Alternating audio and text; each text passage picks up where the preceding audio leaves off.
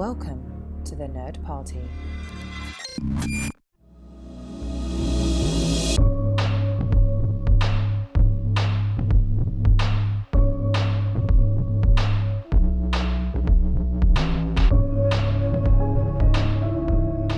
Hello everybody at home and welcome. This is Houselights, House of Stallone. I'm your co-host Tristan Riddell. With me as always is Kettle Junkie, John Mills, and we got the one and only some sort of doctor. I don't know if he's like an orthodontist or something like that, but we got Darren Moses. So anyway, today, I'll tell you something, Tristan. You got to come out with a better opener than that. He's expecting it to come from the left. You got to come from the right with the better action shots. Come on now. There you go. there you see that's the thing. I love starting an episode with energy, like it gets me into it. But I was just like, no, I gotta do the rock intro. I gotta do the subdued, like, you don't know if he's dumb or not intro. But yes, I am your co-host Tristan Riddell. This is Houselights. This is House of Stallone, and today we are talking about Rocky 2, and not Rocky 1 because that wasn't directed by Stallone. That would have been the house of somebody else. This is the House of Stallone. I am utterly excited about this because I am a huge Rocky fan, and I have not been a lifelong Rocky fan. This happened later in life when I developed a taste for these movies, and I am excited to hear Darren's perspective, because Darren, when was the first time you watched this film? I believe today, as I was, which, oh man, I love this movie already, but I was trying to listen with like headphones and it was so quiet. It was, I don't know if it was the mix, but like when he was talking in his low tone, I'm like, what was that? What? What did you say, Rocky? Kind of like what I was doing just now. Yeah, but no, but I'm, you know what? And it was okay. We had talked previously about, oh, well, we should watch Rocky 1 just for fun. And I didn't have a chance to, but it didn't matter because literally the very end of the movie was the beginning of this movie. And so we had all the recap we needed. And the beauty of it is that because these movies come out before home video has taken over anything. So there was no, hey, I'm going to pop Rocky in and watch it before I go to my midnight showing with all of the other geek friends that I have to go see this. This midnight was literally, what? I'm pretty sure that wasn't a thing either. This was literally, did you see Rocky? Yeah, I saw when it came out a few years ago. It was really good, man. I really liked it. So this is still in the era where that recap makes sense to bring you back up to speed. Otherwise, you have to spend so much time doing exposition, getting the character back to where you need him to be for the uninitiated. I think that I don't always love the recap. I'm notorious for hating the recap opening on Superman 2, on Blade 2. There are ways to screw up the recap, absolutely. But I think that Rocky 2 winds up being, this is the right choice for this movie to get everybody back up to speed super fast. And it still gets tears out of me, even though it's just the ending of the movie. Darren, when you watched it, so were you confused at all? Like, oh, who's Adrian? Like, who's Paulie? Rocky is enough in the cultural zeitgeist of like, I know Adrian, and everyone knows, yo, Adrian. Like, he says her name a lot, so it's really clear who she is. Like, she doesn't have a pronoun like her. It's Adrian every single time. But that works. And yeah, and I mean, I knew enough about Rocky of like, I knew who his trainer was. I knew that he won. I didn't really remember or know that like it was in question of who won. Like, that was kind of a weird, was that something just for this movie and that wasn't part of the first one? No, because in the first one, he doesn't win. He just goes the distance. Like, he just goes all 15 rounds. Okay. So Apollo Creed kept his title, but his ego was bruised because Rocky was the first one to go all of the rounds without getting knocked out. I don't know wrestling lingo, so like that equation you of mean going That's boxing okay lingo? because it's boxing. Yeah, sorry, that's what I meant. Yeah, the thing with the square ring, it makes total sense. Pro wrestling comes up next week. And I got you covered. Well, you already said The Rock, not Rocky, and that was throwing me as well because that's a totally different character. totally different. That's true. But, I'm glad to answer it, no, I wasn't confused by the beginning, That's good. and it, I think it's because you're talking about it reintroducing, but we still have to introduce this character. Like, we still don't, if you've never seen Rocky, like, you don't know who he is. He's just a guy who won a fight. So you have to kind of, I'm really interested to talk about, it's a sequel, but it's a different kind of sequel. It's almost like retelling the first movie. Yes. Kind of like how Home Alone 2 is kind of the same movie, just in a different location. Or like Wayne's World 2 is the exact same film, but just in different location. Yeah. I don't know if I would go that far, but we can talk about that as we move on. But John, I want to know, where were you? How old were you? What were you wearing when you first watched Rocky 2? Well, something very fetching, I can promise you, because I've always been a fashion plate. However, what I can also tell you is that I grew up in the 80s. That's shocking to many people. But I was too young for the Rocky thing. Rocky was a 70s thing. And while Star Wars is a 70s thing, Star Wars was basically its own religion back in the 80s, especially the early 80s. And I did see all of those movies in the movie theater. I had all the toys, all of that type of stuff. But Rocky was not something that was speaking to somebody as young as I was. And so my first real introduction to the series was awareness of it around the time of Rocky 3. And the exact order in which I watched the movies gets a bit jumbled, but I'm pretty much 100% certain that Rocky 4 was the first one that I watched from beginning to finish. And then later on went back and watched the original one and was like, oh my gosh, this is amazing. But 2 exists in this odd gap where I have clear memories of going back and revisiting Rocky. I have clear memory of seeing Rocky 4 for the first time on video. I have a clear memory of seeing Rocky 3. I saw Rocky 5 in the movie theater. Rocky 2 was one where I knew what happened because I saw Rocky 3 and Rocky 4, so I knew all of that stuff. I knew the outcome. But Rocky 2 was weird. It wasn't until like the late 90s, early 2000s that I actually sat back down and said, okay, I have to make a point to watch this beginning to finish and actually see what's going on here. And did I miss anything? And I did. There were plot points where I either completely forgot them or maybe I hadn't seen Rocky 2 all the way through until that late. All right. Yeah, well, that's interesting. I mean, that definitely makes sense. Like, being a young person of the 80s, like, Rocky's not going to speak to you the same way that Star Wars does. It's just that age group, it just doesn't work. With me, I was never really exposed to it when I was a kid. My dad can't stand boxing. He just doesn't like boxing, thinks it's brutal, thinks it's pointless. And so he doesn't like boxing movies because of it. And so I was just never really exposed to it. It's not like, oh, you can't watch Rocky. It was just wasn't in the house. And I think the only thing I watched as a young person was Rocky 4 because it was on AMC. And I really only got like halfway through, and then I only watched like the last half of it, like from the training on, like the training montage in the woods to the fight with Drago. And that's really all that I got. And then I graduated college and moved in with 5 guys in Chinatown, and we were all film majors. And one of my roommates was obsessed with Rocky. Like, and I talked to him. I was like, "Oh, I've never really seen it," because he was analyzing the script, and he was just floored. He's like, "Oh my God, that's what we're doing this weekend."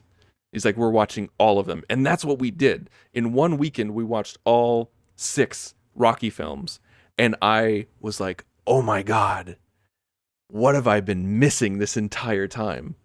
What's really interesting about the Rocky, and we're supposed to be talking about 2 in specific, but I think 2 is really where you see this really start off. Rocky has always been Stallone's character. He created Rocky. Rocky is his guy. He's his child, for lack of a better term.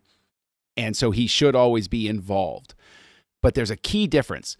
Harrison Ford may always be Indiana Jones or Han Solo, but he doesn't have even the scope of ownership of that character or those characters the same way Stallone does. Stallone has such an incredible depth of ownership with Rocky as a character that it's so intrinsically tied up with him. This is such a unique sort of filmmaking experience, I think, specifically because Stallone is always going to care about this character so much more than any other character he's going to work on. This is his child. This is his baby. And I think that really starts to come through even in Rocky 2, where he expands, I think, Rocky's world. Not a lot.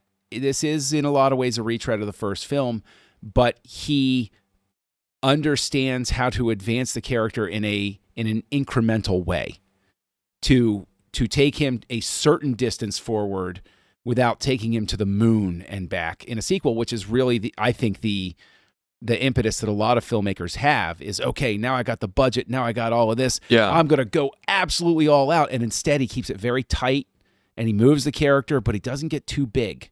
He keeps it very focused. This is a small film. This is a small film. This is a character-driven film, and you can tell that Stallone feels like he has a little bit more ownership over the character, being the director and the writer, and he expands Rocky with a little bit more emotional depth than what he had in the first one. You feel like there was a little bit of a, I don't want to say course correction. That's not what I want to say, because Stallone wrote Rocky, the first one. He just didn't direct it. He wrote it in a weekend. Can you imagine just because the Rocky script is a tight script. That is a good script. And he wrote it in a friggin' weekend. And with this one, he owns this. I'm so glad that you brought that up, John, because he owns this so much that he even wrote the novelization for Rocky 2. And it's done, the novelization, when it's told from Rocky's perspective, it's written in Rocky's vernacular. It's broken English, some of the, not a lot of big words. But then when it gets into parts where Rock's not in the scene, it's written in normal third person with expanded vocabulary. This guy gets the character. He wrote the character. He is the character. One thing I do want to add before we move on about the beginnings of it is that same guy who, that same roommate who was obsessed with Rocky and got me hooked on Rocky. There's one scene that really, multiple scenes, but one scene tugged at my heartstrings was when there was a difficult birth and Adrian went into a coma. And, as many people who have followed me, and many listeners who have followed me know that my wife and my first child also had a difficult birth. And so my friend, my roommate, sent me a plush Rocky doll with a note saying she's a fighter. Oh. And it was just I'm getting emotional just thinking about it now, and it's just, and so I still have the doll, obviously, and it's just forever linked like this. She's a fighter, Adrian's struggle, Rocky's struggle. It's just so much of my emotions are intertwined with this character. Just because of that moment, because of the guy who introduced me to it, who also cared enough to send me a gift to know that he was thinking about me and thinking about my kid and everything like that. And so I love the expansion of the character from 1 to 2, and you can really feel the love that Stallone has for this character in 2. When you're talking about,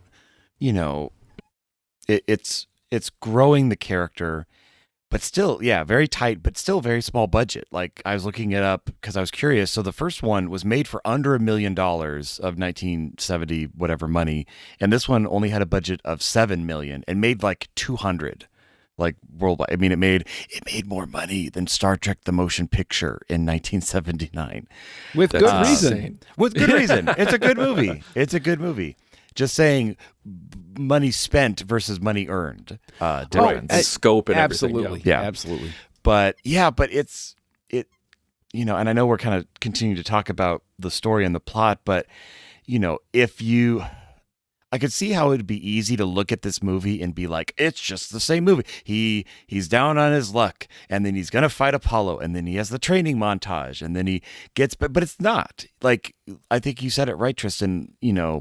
He has a kid. He gets married. He thinks he hasn't, there's this tension in the first third where everything seems to be going well, but Adrian keeps asking how much is everything costing, and you're kind of holding your breath because you're like, this isn't gonna go well because he's got to be the underdog again.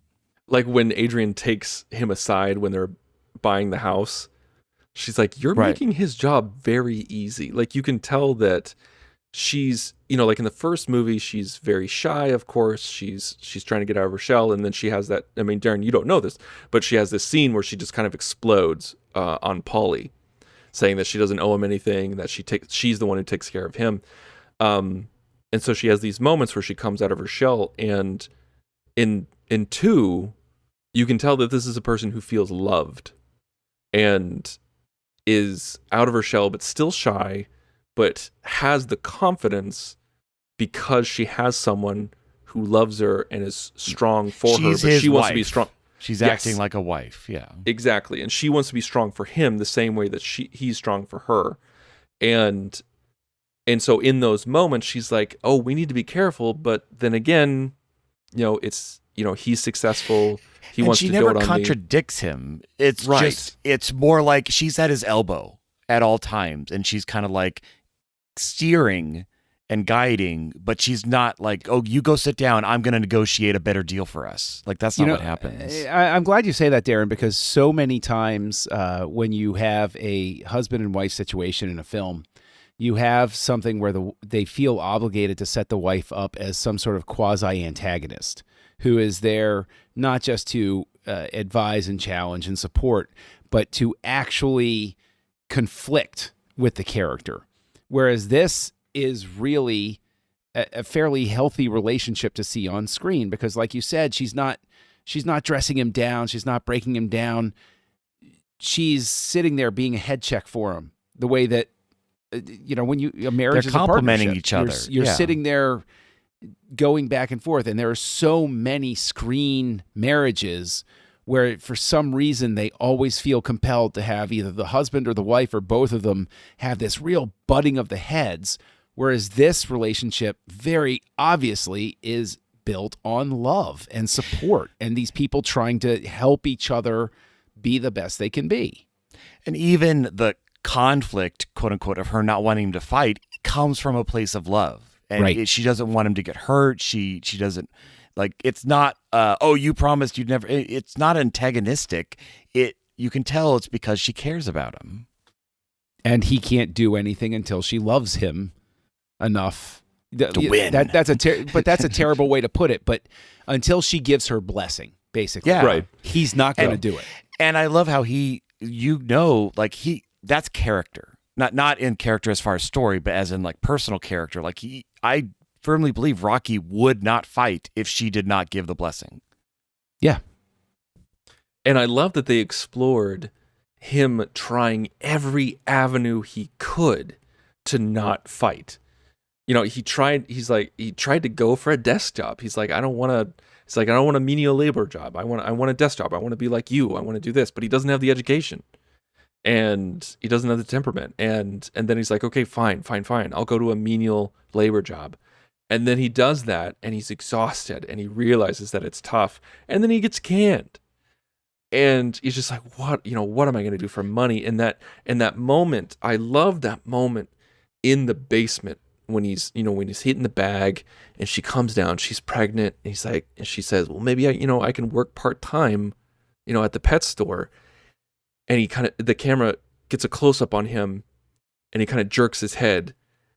It would have been so easy to make him angry or upset or bruised, but he's none of those things. He's internally conflicted. And you can tell on his face because of the camera work, because of Talia Shire's performance, because of Stallone's performance and the direction, exactly what Rock is thinking. He's not angry with Adrian. He's angry with himself because he's supposed to be the provider. He's supposed to be like, this is his pregnant wife. She should be home resting. And he has to agree to have her work because he knows that they need money, that they're not going to survive unless somebody's working. And I just thought that was a beautifully articulated moment between the two of them.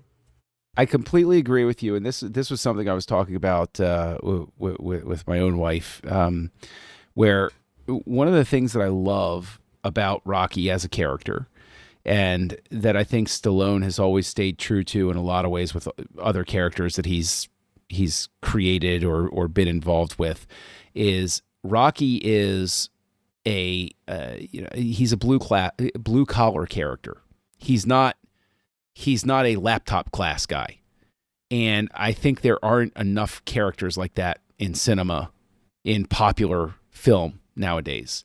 There are not enough farmers and laborers and stuff like that where people can truly get a lens. And this is where I really, really give Stallone a lot of credit with the way he approaches the character, especially here. It seems exceedingly rare that there are filmmakers who truly make the effort to understand and express what somebody in that situation truly goes through. It's not an arm's length intellectualization. Rocky is a very emotional character, and so it's related in very emotional terms. And I think that, if anything, is why Rocky 2 works on any level, is if you have somebody come in here and it's a boardroom decision. We're going to make a Rocky 2, see? And we're going to make it just like the first, like so many sequels beforehand. This is instead a filmmaker who sits down and says, no, let's study history. What happens to somebody who doesn't win the championship? What happens to the football player when they retire? What happens to the basketball player when their knee blows out? This is the type of life that you see, especially when you look at, you roll it backwards even to the baseball players of the 40s, 50s, and 60s, or the Black Sox scandals of the 1910s. These were guys who were bagging groceries in the off season. Of course, it was easy to bribe them to take a dive or to throw a game or something like that, because they didn't have the unions around to make sure they were getting paid millions of dollars so that they didn't get bought by the mob, for the outcome of something.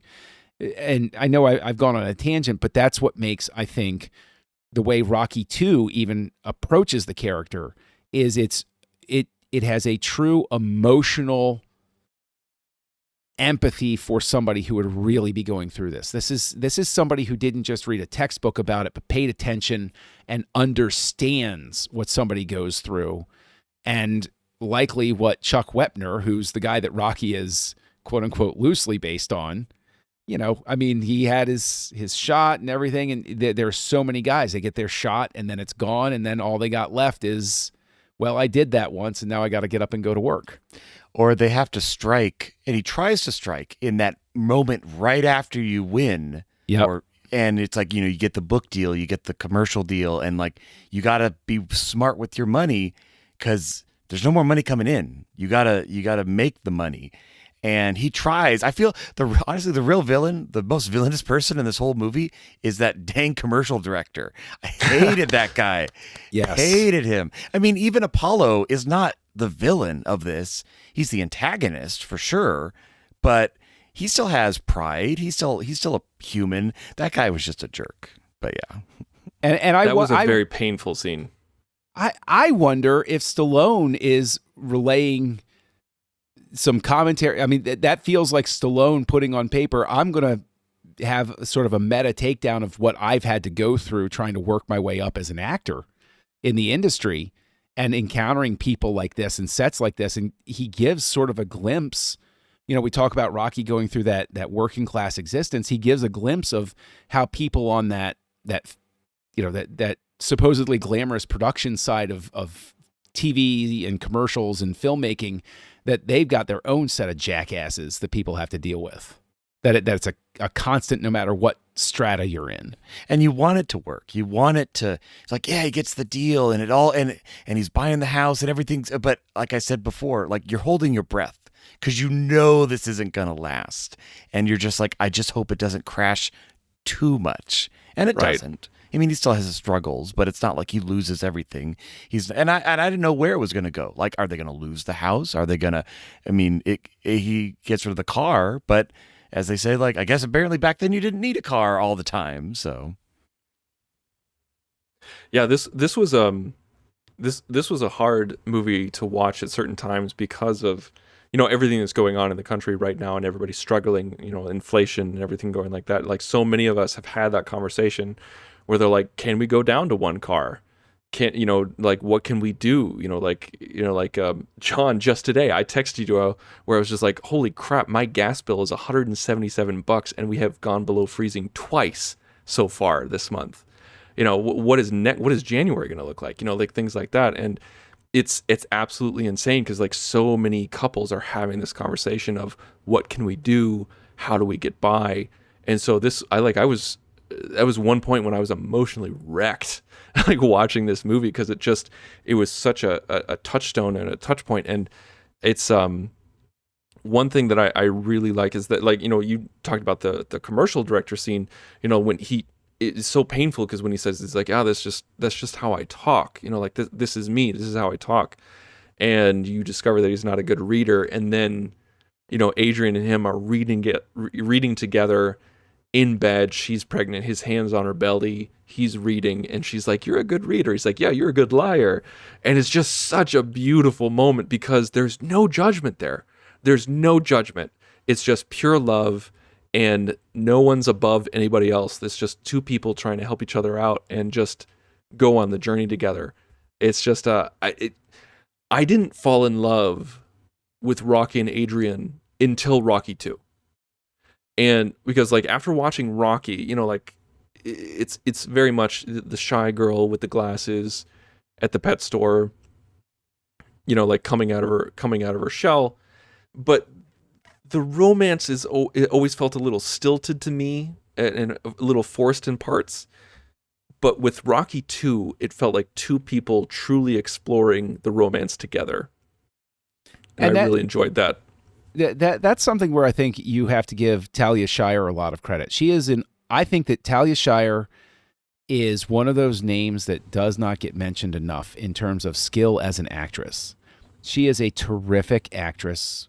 And she, whether it's in The Godfather or whether it's in Rocky, she has been in two of the most absolutely cornerstone franchises, for lack of a better term. I don't really consider The Godfather franchise or whatever, but like she's been in two of the most cornerstone film sagas of the last 50 years. And Talia Shire's name does not get thrown out there enough as somebody of tremendous gift. And I think that she definitely has a hand in elevating Adrian. And I think, in all honesty, that I can detect here, and I'm undoubtedly reading into it or whatever, but a good writer and a good director speak with their actors, work with their actors. And I definitely sense that Talia Shire had something to do with the way Adrian grows in this. This is not Stallone just coming at it and making this decision. This feels very much like Stallone sitting down with her and saying, what do you think we should do? How can we make this better? These are my ideas. What room do we have here? Because Adrian, to your point, Tristan, she gets a lot more weight in this. Rocky is Rocky's story. It's the guy coming up, scrapping. Everything else is what's swept up along with him. Whereas this does, while it never becomes what anyone would call an ensemble piece, there's more for Talia Shire to do. There's more for Burt Young to do. There's not more for Carl Weathers or Burgess Meredith to do, but they get a little bit more room to play around with what's going on. And even, I mean, their characters are the ones that sort of don't really progress too much. They are who they need to be here.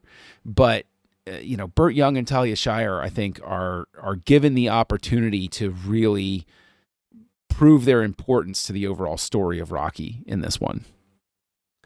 What did you think, speaking of Talia Shire and Burt Young, what did you think about them not being at the fight? Did that take things away? Did that enhance it? Like seeing their removed reactions? Because, the reason why Talia Shire wasn't at the fight was because it would have taken too long to film. She was doing something else at the time. And so they had to film all of her reactions ahead of time and then insert them in. So, John, what did you think? Like, was that a sticking point for you? Did you not think about it? How do you feel about that? I don't think that it basically it does, and I think you were getting at this in the way you were asking the question. I think that there's a little bit of emotional distance that occurs as a result. You understand the logic of it. You understand why it is that way. But her looking off screen with tears in her eyes saying, I love you, while he's not there in the same frame, it doesn't deliver the same wallop as him saying, "Yo, Adrian," and her, screaming for her as she runs through the crowd and they embrace in the last moment, it's not ever going to be the same sort of emotional click.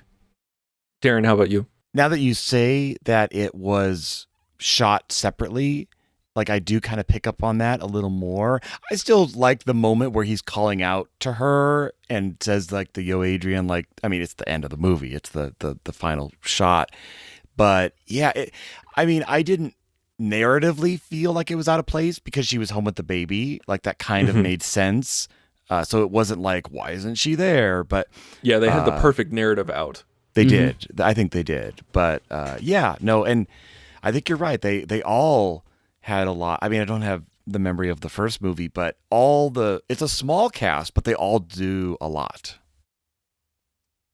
I personally was okay with it. Like, I still feel the emotional impact. I think that Talia Shire really sells it in those moments, because I think it adds something to it where I think the distance almost adds a little bit more to it, because it adds to her helplessness even more, where there's that extra layer of separation where she feels like she can't even go to him. Like, that's how separate she feels.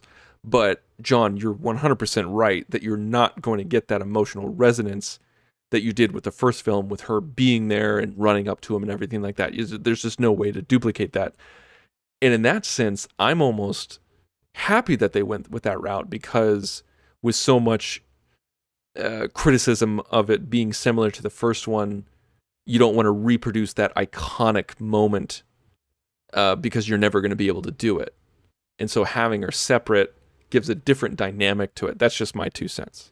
Well, I don't discount that either. Okay, I think there is the emotional distance, but at the same time, by removing her from that final beat, there's very much a need for Rocky and Mickey to have sort of a reconciliation moment. And by removing her from that, that's why you get that wonderful hug at the end with them, where you're like, yeah, everything's okay, right? Mick and Rock, they are able to stick, and they even have make that it through silhouette anything. freeze frame in the credits, and a really nice rendition of the theme for the credits. I listened to the whole thing. I'm like, oh, this is jamming.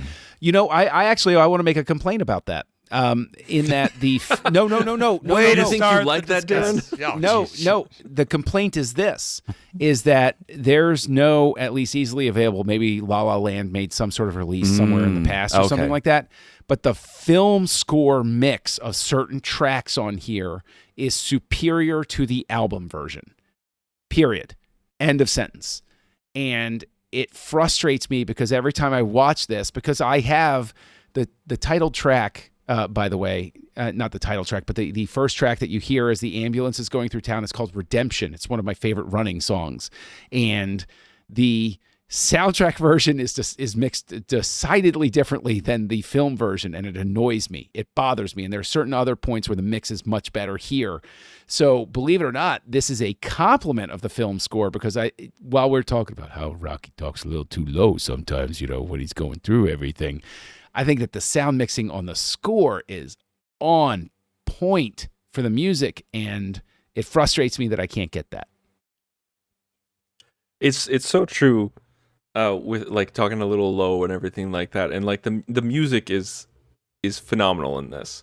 Like, I know that the first one gets all the glory, but the mixing of the second one and the moments that it chooses, like even with the moment where she's in bed and she says, "Win," that's what I want you to do. I want you to win. And then you hear the dong, dong, and then it gets into that montage, and then it like he's running down the street, and hundreds of kids are behind him.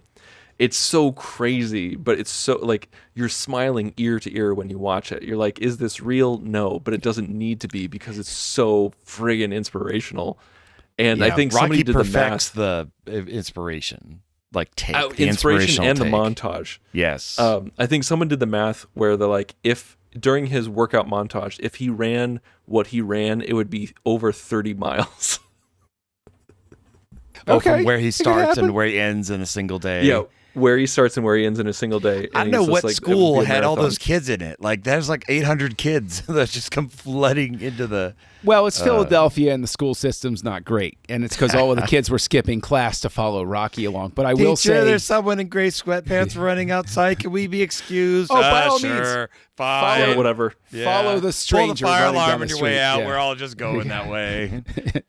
I left my whiskey in the teacher's lounge. Just go, just go. But I will say, because of the scene with the kids, that I do, in fact, prefer this rendition of Gonna Fly Now to the original because I love the kids singing the lyrics in Gonna Fly Right. Now. Right. Not taking nothing away from our classic original because it's still the root of this, but I love hearing the kids singing it while Rocky's going along. And what's really crazy about it is I think that it ties into this vibe that you pick up in Lucas's and Spielberg's works as well, where there's this love of childhood and there's this veneration of the innocence and purity of childhood that you capture in that moment with Rocky 2. And it's something I really, really like. It's definitely one of my favorite moments is when he's running and the kids are with him, and because it's a recognition of the overt theatricality of everything here, and saying we know why you're here. It's the old theater tradition of we're going to give you the rousing rendition. Nobody breaks out into song in real life, but we're going to send you intermission, pumping your fist and cheering everybody on. Now, the person who photographed Rocky 1 was James Crabe. And this was the first Rocky was the introduction of the Steadicam. First movie to use Steadicam. Steadicams were used all the time since and still used today. I have a frickin' Steadicam for work. And I have a Steadicam vest, but I don't use it on a camera. I use it on a giant Star Wars puppet, but and even in Aliens, like the guns that are attached to their vests are based off of the Steadicam. Like this was, and then every camera operator from then on pretended they were a colonial marine whenever they suit up. 100%. And so like Rocky was a huge innovation when it came to the Steadicam, like with the fight scenes, with him going up the steps, that wouldn't have been possible without the Steadicam. Now, with that in mind, Bill Butler, who photographed Jaws and Grease and a lot of other classics, did Rocky 2. What did you think about the cinematography? I'm going to ask John. I'm going to ask you because you've seen Rocky 1. What did you think about the comparison of the cinematography? And Darren, I just wanted you to think about it on its own merits. Did you think it was the same? Did you think it was less? With Sylvester doing this, like not shooting himself, but like being the director himself, like what did it feel like a freshman director? What do you think? In all honesty, I think that the visual language of the movie is what makes it feel most like somebody trying to imitate Rocky instead of pulling off their own thing.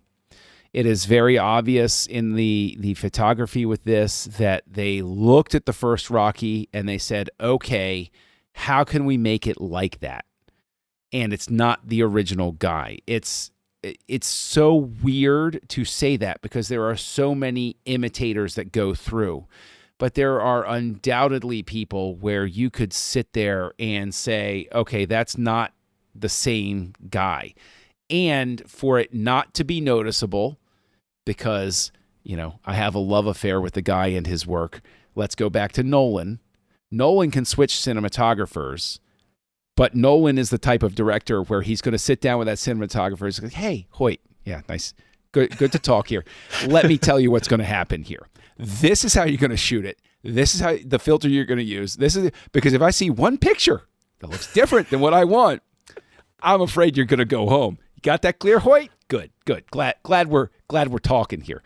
Whereas this very much feels like somebody sitting in and saying, okay, let's try to make this as much like the first one as we can. And there are certain things, it's really weird, but there are certain moments where the camera pushes in on a character that feels much more like a freshman director trying to put the emotion in a moment as opposed to letting the emotion play. I'm never a fan of trying to fake the swelling of emotion by pushing in on somebody. It's the actor's job to convey it to me. It's the editor and the director's job to figure out which shot works best. Never a big fan of that push, and I think that's relied on a little too much here. I get that. And I didn't really think about that until you brought it up. And I'm going back in my memory and I'm like, oh, damn, you're right. Yeah, they do hit that. They go to that well a few too many times. Darren, what did you think about the cinematography? Like, not seeing the first one, what did you think? Was it serviceable? No, I felt it was good. And especially all the points that John made, it really makes sense because think about it. You have a rookie, a new director who doesn't have a lot of under his belt. It'd be very easy to be like, okay, I felt that the first movie was good. Do that. Like, that was probably the direction he gave because he's got to focus on all the other million things that a director does. So to just put the cinematography on kind of autopilot is probably a smart decision because he's got the writing and he's acting in it, which we all know is a whole nother complication. But no, I didn't feel. I mean, you guys are both right. Like, it's definitely not. It didn't break new ground in cinema again, but it didn't need to. Rocky's interesting because it's a sequel, but it's almost this like really unique sequel in what it is. It's not like Aliens, which totally changes the paradigm. It's not like, Kung Fu Panda 2 or we shake up the villain or something like that. It's so much of a continuation. It almost feels weird to call it a sequel because it's just Rocky 2. Like, I almost can't describe it. It's a great movie to watch back to back. Like, Rocky and Rocky 2 is a great movie. It's a great double bill. That's the word I was looking for. It's a great double bill. And I think, you hit it on the head. Like, even with Back to the Future and Back to the Future 2, like, those two movies are very different, even though they take place right, like, Back to the Future 2 takes place right after the first one. And I really enjoy it. And intermixes with the first one. And intermixes, but it's two very different movies. Two very different styles and very different feelings to them. But with Rocky 1 and Rocky 2, it feels like you could just put this together as one movie. I don't want to say that because people might misinterpret what I'm saying. It's just like, it's not one movie, but like one big story that you're feeling because it's like, it's the match and the rematch. That's what I was trying to say. It's again, it's almost undefinable. Like, you just say Rocky 2 and it just, you know what I mean in the fact that, it's a continuation of the story. It's like the next chapter. And movies aren't chapters nowadays, not in the way Rocky 2 is. I think that's very true. I think it's a chapter, but I think that also what sets it apart, even for its time period, is if you look at, let's go back to Star Trek. Star Trek 2. Star Trek 2 moves forward and doesn't really acknowledge Star Trek the motion picture. Not in an appreciable way. It's like, hey, did you like the last one? Cool. Not really going to talk about it too much. Empire Strikes Back, we hadn't changed what a sequel that usurps the first hadn't happened yet. Exactly right. So it exists in this odd period of time. 1979 was a year. Well, okay. You know what, though? Let's go back. 1979, we see More American Graffiti come out. And that one is its own unique sort of thing going on. But that's what people think of when they think of sequels of the 70s. It's like, oh, let's get the gang back together. But it was never as good as the first. Right. And it to never be fair, feels as... Godfather 2, came out before this. Godfather Part 2 is just like when you talk about special effects after Star Wars. That's why they created the special achievement category so that they could give somebody else a chance at the award. Like Godfather Part 2 is that's the edge case right there. That is like way weird. Right. Okay. All right. I got you. I got you. But so I think what Rocky 2 winds up deserving credit for, but you lose it, to your point, Darren, about that Empire Strikes Back thing, is it stands apart in that it does in one way what sequels always did up to that point, which is retell the original. But it's unique in the sense that it does in fact advance the character, and at the very least, since he didn't win in the first one, it gives him something else to achieve. So it's not having to win the title again. It's not fighting Apollo again for any other reason than there's unfinished business for people who wanted him to win in the first one. So in a sense, it's wish fulfillment that will give you the ending that you expected in the first one. So the thing is that, like, with Rocky 1, so many people expected him to win because that's what happens. You know, like that your protagonist The wins. protagonist doesn't win? What kind of movie is this? Right, exactly. But yet he still kind of won because he went the distance, and that so many people go back to this movie. So many storytellers and writers will say, no, they don't have to win. They just have to, they have to take the journey. Yeah, they This is become their better touchstone. versions of themselves. Yes, whether or not like they win. This is the story that people come back to say, look at Rocky. He doesn't win at the end, and that's okay. And this is their justification. Now, with Rocky 2, in the ending, he does. And that scene, that fight, that final fight, it took Stallone 8 months to finish that fight, edit that fight, I should say. 8 months to edit it, not to I shoot thought you it. meant to shoot. I'm like, oh god. No. That's insane. That's insane. By the end, the crowd in the back is just like, "Yay, Rocky! Yay. Keep going. Let me go home, Rocky. please. Make me a cardboard 8 months to stand-up, edit it. please." Why can't they invent CGI crowds yet? Please. Yay. So the editors, kept trying, and Stallone's like, not good enough. And it took 8 months. Darren, how did you feel about that last scene? Like, now you got kind of like a recap of the first one. Right. Was it different enough in Rocky 2 from the first one at the beginning? Or, how did you feel about the fight at the end of Rocky 2? I think, yeah. I mean, it's an amazing fight just to start off with. But I think, even though we know who Apollo Creed is and we know who Rocky is in the first movie, I'm sure that's established. But, really the fight is about the movie. The movie is about establishing who are these characters. We learn a lot about what kind of person Apollo is and what is driving him and how he's acting and how he's very petty and he's very, boisterous and all of that. And we see Rocky, and Rocky's got a new baby, and like all of that is happening in the fight at the same time. It's not just a fight. It's these characters that we now know so much better. And that's probably why it took 8 months to edit, because you have to not just choreograph punches, but you have to, there's the taunting of Apollo where he's like so confident. And then Rocky going like, I'm not going to do the fake out and switch to the right or left or right or whatever. And I'm like, no, Rocky, that was your ace in the hole. That was your thing you were going to do. Why are you not going to do that? You were told to win. And so you get like concerned that it's not going to work. And then at the very end, when they, obviously they decided, okay, let's have them on the 10 count is coming and who's going to get up first. And you kind of don't know who's going to get up because they're both that last punch, that like double punch where they go down.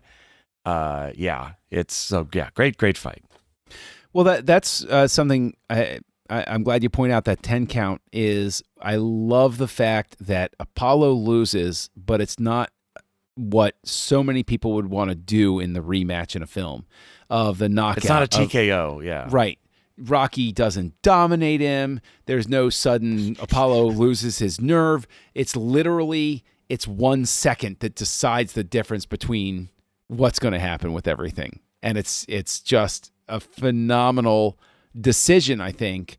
And I do think it's well put together. Now, Tristan, you were asking me about the cinematography before. I do think that the photography in that final fight is not as dynamic as it was in the first film. I think that you very much get the sense that Stallone isn't quite as sure. This is where somebody who's trying to imitate something, they're not going to be as free as somebody who's creating something in that moment. Yeah, I have to agree with you, even though I think it was extremely well edited and it was well shot as too. like I don't want to discount Right, it. It's right. just we're comparing it to the original, to the classic, and that's a hard thing to do. And with the introduction of the Steadicam and with all the new ground that it broke, it's hard to compete with that first fight. I mean that first ending fight. And you're right. I mean, the cinematography isn't as good, but I think it's solid filmmaking. I think it's solid, and you can really tell that the care and attentiveness went into the editing of this. And so I think from that standpoint, you can, before I knew that it took 8 months to edit, I could have guessed that it took a long time to edit. But kudos as well to Stallone having the freedom to edit for that long, to sit there and get it right, and nowadays not have it'd that be pressure. like, we got a deadline. Sorry, you gotta give me your cut. You got 3 months. Unless your name is James Cameron, Well. and then you're given, a decade Okay, to put you were something just talking together. about outlier cases with Godfather 2. I think James Cameron is the largest outlier case of them all. I got to take my swipes at Avatar 2 before it comes out while I still can. Okay, come on. Okay.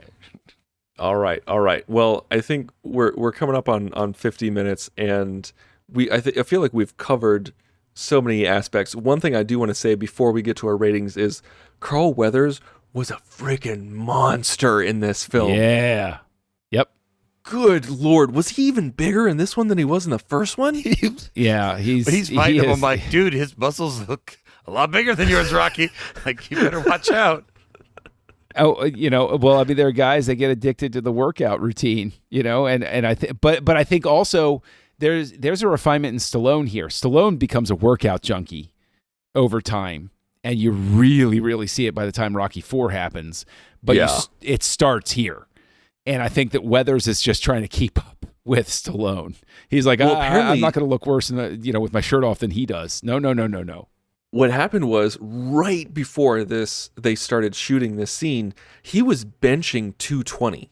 Rocky, so Stallone was benching 220, and he ripped his pectoral muscle because he let it slip right before they shot the scene. So he had to shoot it hurting.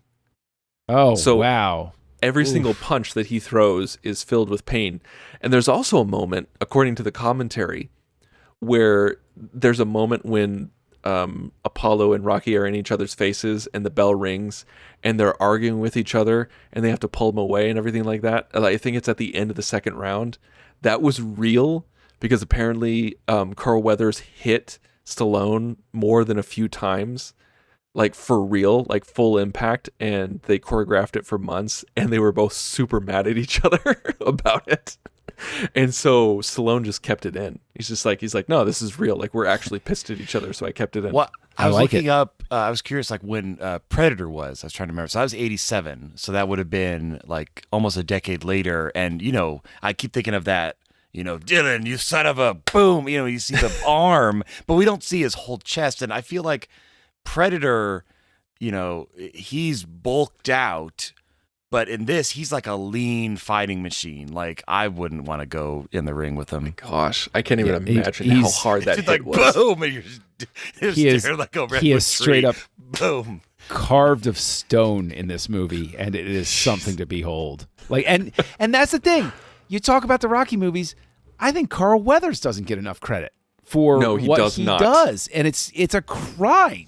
He's going to go on in Rocky 3 and Rocky 4 and have a very integral sort of role. And my goodness, the conversation about Carl Weathers by the general film-going public as pertains to the Rocky saga does not give him enough credit for the success of everything that happens. And I'm not throwing Stallone under the bus on that one. I think Stallone is a very intelligent man, and that's why Carl Weathers is in the series as long as he is Stallone knows, oh no, Carl Weathers is that charisma that belongs in these films and is going to be very important going forward. And I can't wait to talk about his role in 3. I really can't. Oh, man. I can't wait to talk about it next week. It's going to be so much fun. Oh, I'm so excited for this stint of Rocky movies that we're going to be talking about. I know something about like a red, white, and blue American man. Is that the first one or is that the third one? Where he's like wearing American shorts and he's all super overly patriotic. Well, that's the first one and the fourth one. Oh, okay. Oh, I get no. He's okay.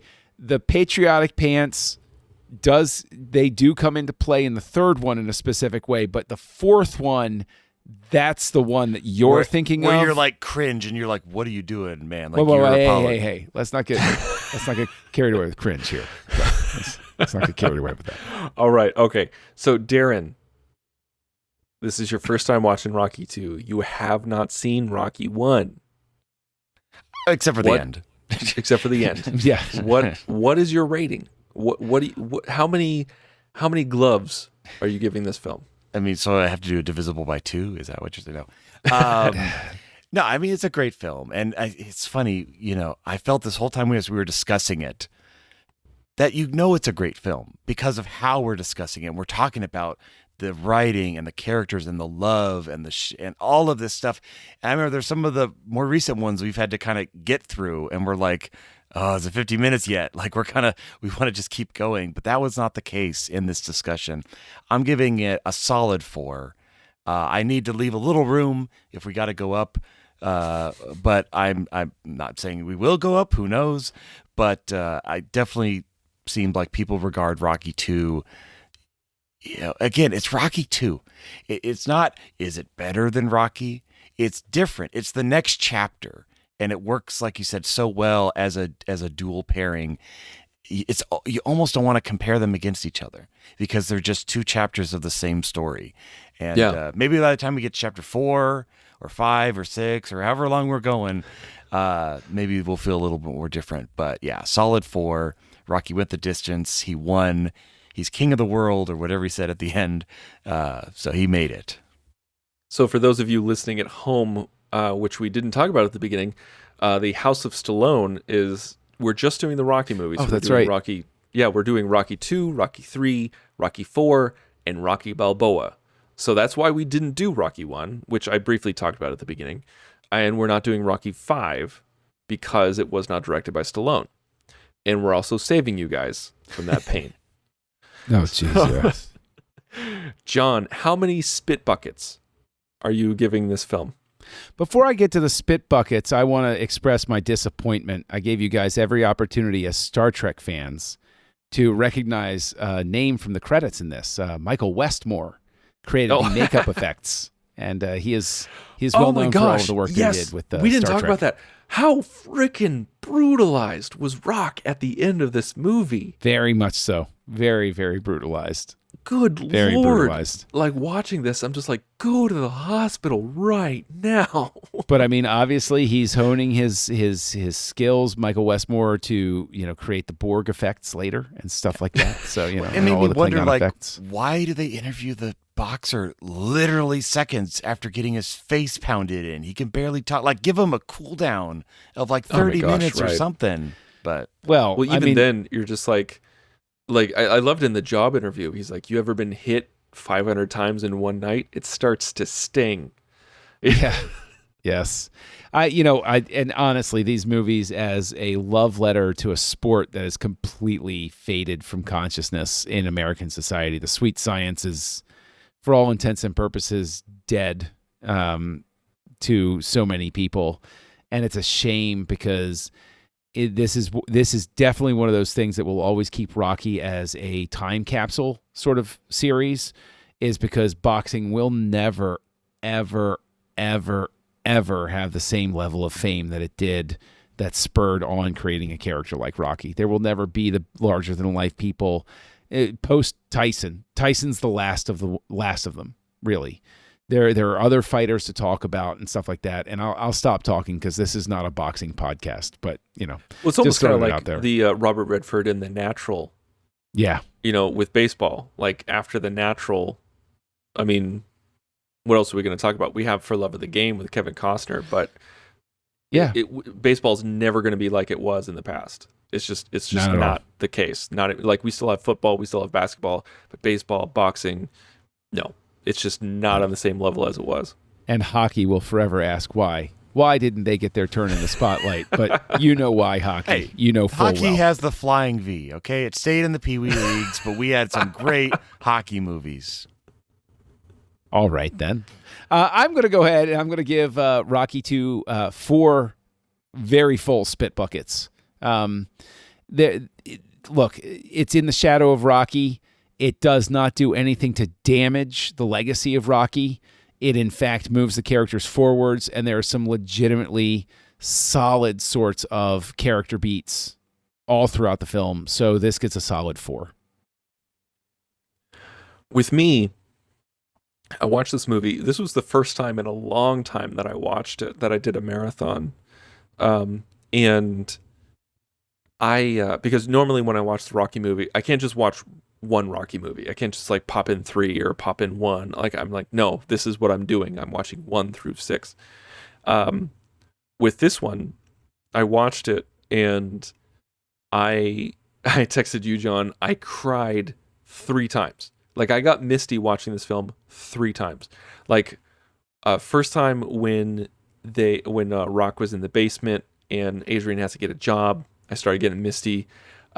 During when his son was born and they were going through that drama, like because of personal stuff, and when he won at the end, like I just got misty. I just 3 times during this movie, like I haven't felt that kind of emotional resonance with a film in a very long time. Definitely anything recent.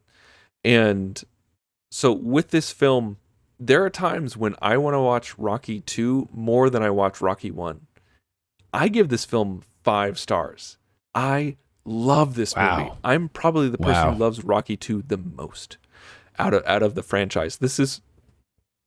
Could be my favorite film out of the franchise. Rocky 1 is an amazing film. I love it. It's iconic. It established it. But when I want to pop something in just randomly, it's Rocky 2. 5 stars from me. 5 spit buckets or whatever we call it. 5 bottles of cologne. Am I a tiger? What's going on? I'm really too good. All right, everybody. Please go to thenerdparty.com for all of our backlog episodes. Everything from what we've talked about tonight, as well as that came before. Some of the best directors who have ever graced the screen, from Anderson to Nolan to Fincher to anything in between.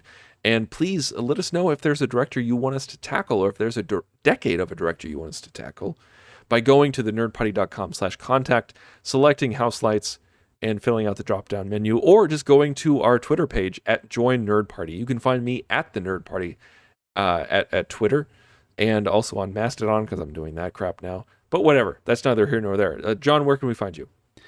Just look for Kessel Junkie, KESSELJUNKIE. I'm out there. Nobody likes following me, and that's okay because I don't like being followed. And you can also find me here on the network, co-hosting what I find to be a delightful Star Wars show called Aggressive Negotiations with Matthew Rushing. Darren, where can people find you out there?